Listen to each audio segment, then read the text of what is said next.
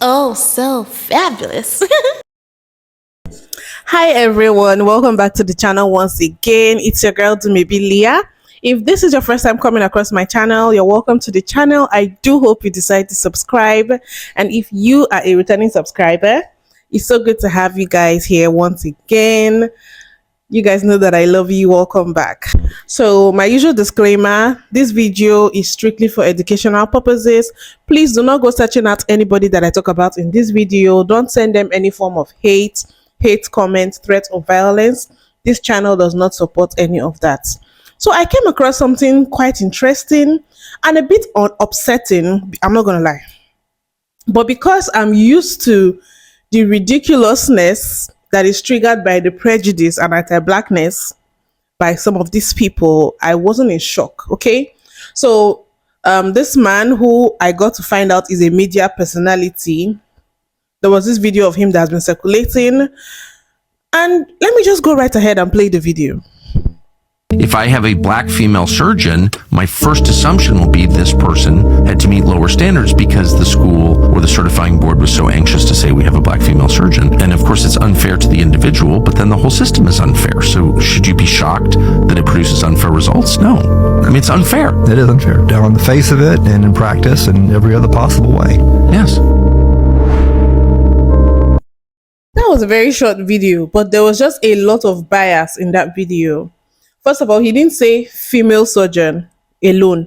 He didn't say black surgeon alone. He said black female.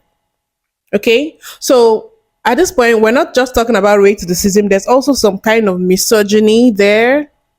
You know? So at the end of the day, black women have two strikes against them. Not only are you black, you are a woman. If we were to look at it from that angle, even the black male, he's more likely going to believe a black male got there by merit, but when it's a female, the bias is even more, and he's less likely to believe she got there by merit.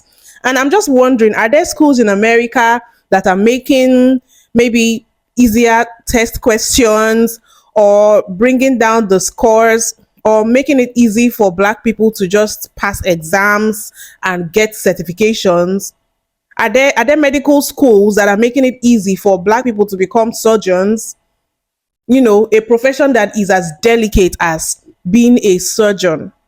Are there schools that are making it easy just so that it could be that they have a black female surgeon?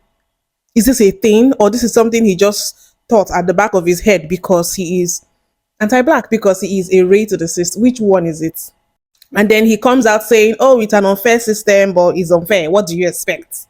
Like, are you not supposed to be challenging this kind of narratives? Are you not supposed to be challenging this kind of way of thinking? What are you using your platform for? There's just a lot, you know. So a lot of people came out to reply, and I was seeing a lot of people in the medical field, and this made me so happy, because I'm like, if there's anybody that even has a right to speak on this, it is them. So let's just go right ahead and play some responses to this very ignorant, biased video. If I have a black female surgeon, my first assumption will be this person had to meet lower standards. I'm Dr. Turner, a black female surgeon in training, which I think makes me a little bit qualified to talk about this. First of all, medical school is not a participation trophy. It is actually quite literally survival of the fittest. Just because you get into med school does not mean you will finish med school. Every student, regardless of your race and your gender, is graded the same. So say, hey, maybe you do have a connection to get yourself into med school. Does that mean you'll finish? Does that mean you'll graduate with honors? Does that mean you'll get the residency you want? No. Our exams, our clinical evaluations, our board certifications are all standardized, meaning that the bar is not being lowered for anybody, especially black women. If you don't pass, you don't move forward, and it's as simple as that. Let's take board exams, for example, the USMLE or the COMLEX. These are national exams where every single test taker is held to the same standard. There is no adjustment. It doesn't matter if you fail by 1 point if you're white. It doesn't matter if you fail by 1 point if you're black. If you don't pass, you don't pass, and you don't move forward. Black women make up less than 2% of all physicians in the US, and an even smaller percentage are surgeons. Not because we aren't qualified, but because of systemic barriers that make it harder for us to enter and advance into medicine. To even get to an even playing field, we always have to outperform.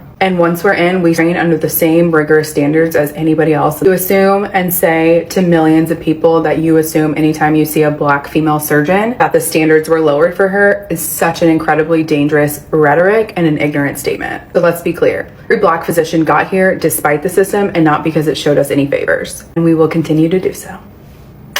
To the individual, but then the whole system is unfair. What Tucker fails to realize is that at no step of the process through med school, board exams, residency, fellowship, or any of the other certifying steps do they say, oh, you're a Black female, we'll treat your performance differently. Becoming a surgeon is one of the most merit-based career paths I could think of. I actually don't think I could come up with a worse example of alleged DEI than a Black female surgeon. In reality, I would have guessed the opposite as Tucker. The Black female surgeons have to have more fire, more passion, have to grind a little bit harder, because I feel like you have to fight to progress in this career, despite facing this exact type of bias all the way through. And the surgeon that he was speaking with on this show, Bosshart, is even worse, of course, and instigated all of this topic. I never hear people talking about whether white male surgeons may have only gotten a spot in their medical training due to nepotism or legacy admissions, and therefore be less skilled. Now that I've berated Tucker, this does raise an important point. Some people, when they go to their primary care provider or their OBGYN or any doctor, they may feel more comfortable opening up if their doctor maybe looks a little more like them. Or maybe, for example, some women may feel more comfortable working with female OBGYNs for reasons unrelated to the perceived test scores or competency of male OBGYNs. And you know what? I think that's fine. You want to find a doctor who you feel so comfortable with, you can be 100% open. Now, the key difference from what I've just said versus what Tucker said is Tucker's saying he thinks that Black female surgeons may be less skilled because he's worried about special DEI access and different standards. What I'm saying is that some people may feel more comfortable opening up to doctors who look a little more like them. In fact, this is why having a rich diversity of healthcare providers is so valuable. You want to have a mix of providers so everyone can find someone they feel comfortable with. For some people, that can help improve trust, which improves communication, which may help improve health outcomes. And by the way, the Tucker Carlson network happens to have 1.2 million followers. Coincidentally, so do I, which means I'm going to need you to hit the follow button so that next time I can flex a bit more on Tucker for no reason. I'm anxious to say we have a Black female surgeon, and of course it's unfair to the individual, but then the whole system is unfair. So should you be shocked that it produces unfair results? No. I mean, it's unfair. This is completely incorrect.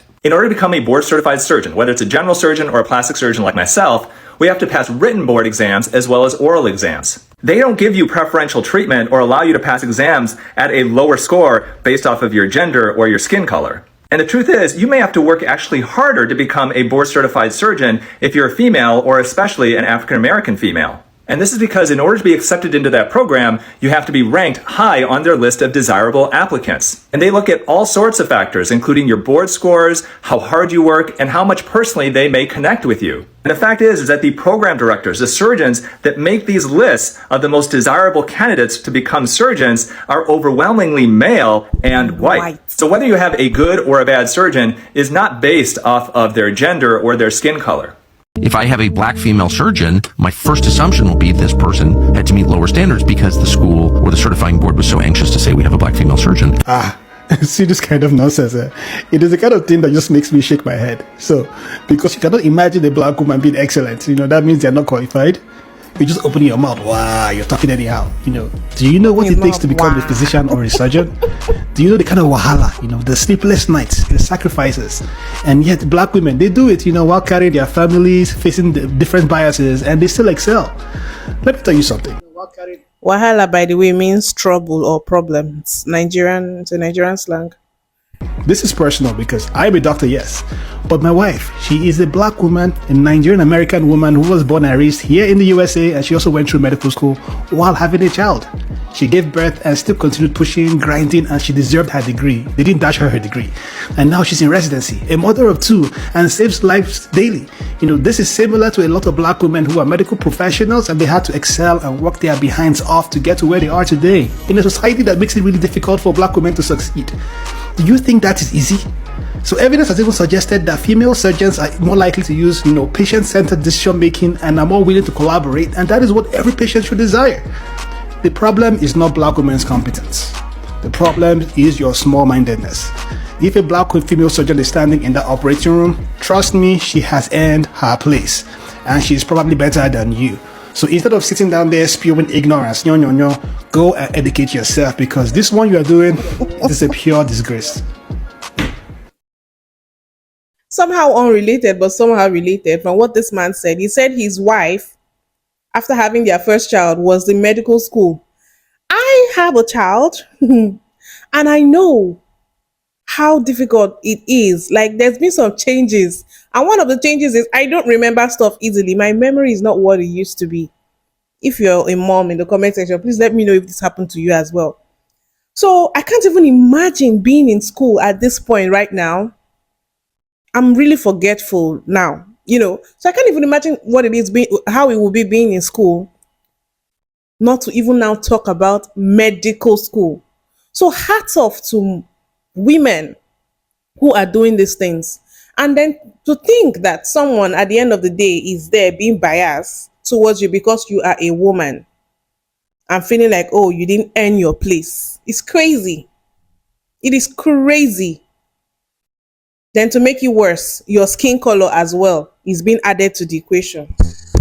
Had to meet lower standards because the school or the certifying board was so anxious to say we have a black female surgeon. Cancer research and chemotherapy and preventative care for cancer, especially breast cancer, would not be where we are today if it wasn't for Dr. Jane C. Wright. See, she graduated back in the 1930s or 40s. The board appointed her. Let me go a little bit further. President Lyndon B. Johnson appointed her as the president's commissionary for heart disease and stroke and cancer research because of her qualifications, not the color of her skin. I don't think you understand that degrees weren't just handed out to African American women. Now, I'm for all women, but especially black women, because black women, especially black female surgeons, had to create waves where there were no water. They have been known as trailblazers in medicine today. So let me educate you on a couple of things. Again, respect. Not too sure if you heard of St. Jude's Cancer Center or MD Anderson Cancer Center. Do you know that the reason why we have cancer and chemotherapy and the longevity of cancer patients now is because of Dr. Jane C. Wright? She graduated from New York Medical College in 1945. Her father was the first black doctor to graduate from Harvard. Back when they weren't looking to give, this was before civil rights, before they were looking to give African American degrees or a seat at the table, but that's a story for another time. Dr. Jane C. Wright progressed after she graduated from New York Medical College to do more cancer research. She was also named the Associate Professor of Medical Surgical Research, as well as the Cancer and Chemotherapy Research Director at NYU. She was so qualified to be in that white coat that President Lyndon B. Johnson appointed her the Presidential Commissioner over heart disease and strokes and cancer research. She was so qualified that she later became the Professor of Surgery and head of the cancer research. She was ranked the highest paid surgeon back in those days. And she's also mentioned in many medical institutions now. So I'm not sure why you would feel that if you saw a black female surgeon, you would think that she got in because she was black. They wasn't giving us degrees back then. But I'll digress. I'll take you one further. Dr. Myra Lane was the first black female surgeon to perform a heart surgery, the ninth of its kind in the world, okay?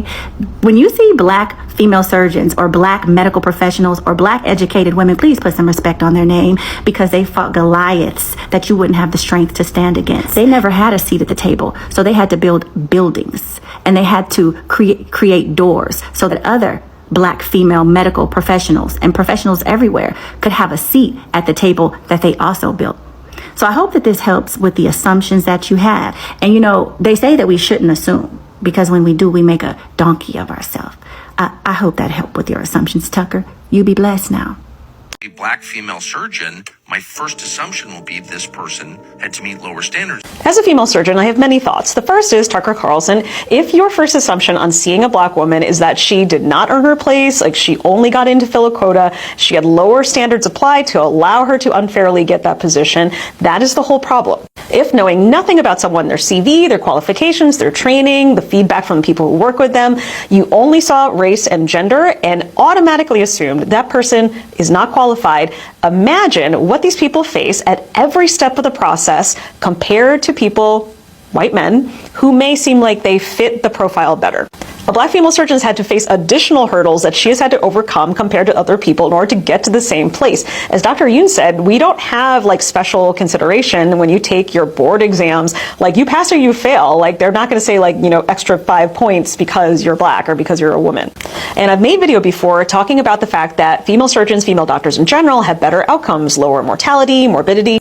And some studies have shown that Black patients have better outcomes when they have a Black doctor. So it's not about just like handing out privileges to people who don't earn them. It's about getting people on the equal starting point if they are equally qualified, because people who come from wealthy families, white families, may have connections like networks, opportunities that give them an unfair advantage. So we're just ensuring that people of all different backgrounds who have the qualifications can reach the same goals. So this is a wonderful opportunity for us all to examine our implicit biases and to think to ourselves, if I make an assumption about someone just based on the look of them, what does it say about me and what does it say about our system in general?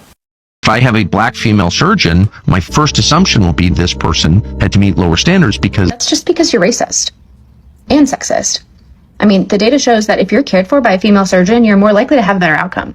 And the shortage of Black physicians in our communities actually harms patient outcomes. And when there is a higher percentage of Black physicians, then especially Black patients have better outcomes.